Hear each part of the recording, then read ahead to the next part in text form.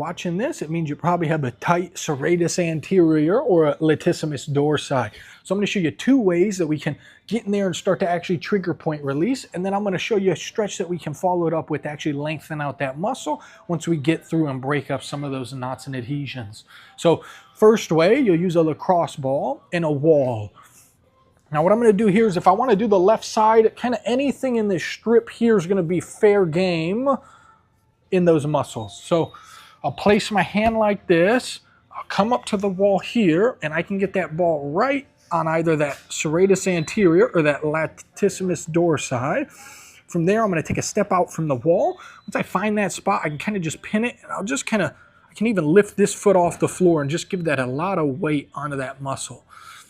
Now, once I have it pinned there, I'll do a couple big deep breaths in to expand those ribs and get a deeper release in that muscle. So this is one way that we can do it, and we can roll up and down, kind of like playing a game of Minesweeper. So the second way we can hit it is if you have like a foam roller. This will be a little bit less intense than that one, so maybe try this one out first. What we'll do is if I want to hit the right side here, probably be easier if you did this on the floor. But what we're going to do is come here, get in this side position, and then from there, I can do the same thing. So I can roll up, down. As I roll, I'm going to wait till I find a tender spot and kind of just pin there. A couple big deep breaths in and hold it there to get a deeper release.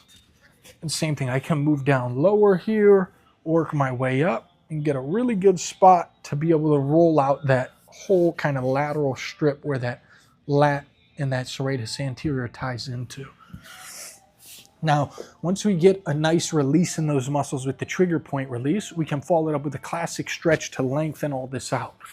What you'll want to do is pretty much find anywhere that you can grab onto. A perfect example would be like a door handle of a fridge.